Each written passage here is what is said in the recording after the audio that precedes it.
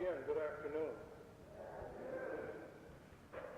A wise man once said, "Too loud."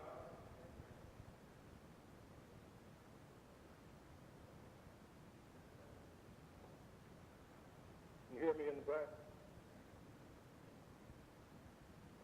A wise man once said, "There are things I see and things I don't.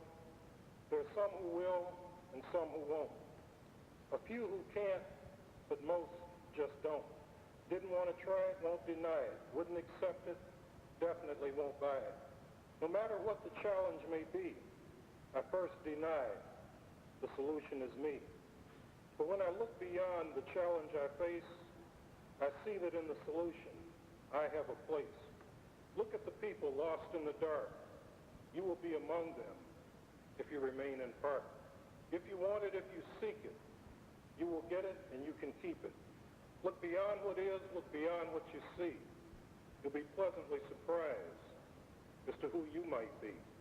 Close your eyes and visualize, put your best into it, and then you'll rise.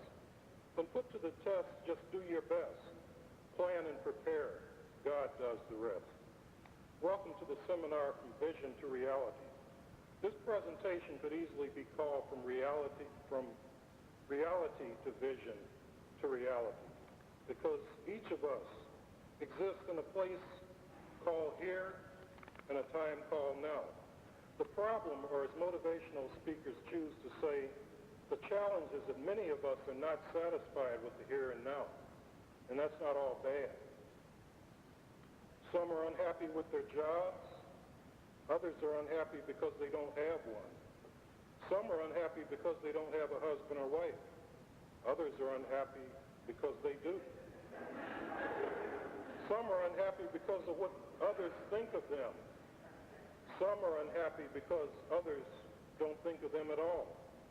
Whatever your age, whatever your sex, whatever your race, whatever has happened to you yesterday is history, sometimes called his story, and everybody has one.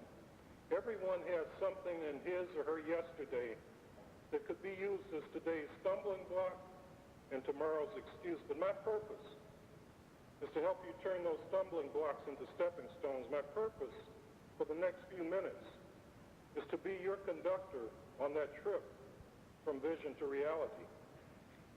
Since becoming associated with other speakers and authors, particularly those in Worth Sharing Communications and members of the Dream Team, Dr. Bob Lawson in particular, I've been fortunate to speak at a variety of places around the country.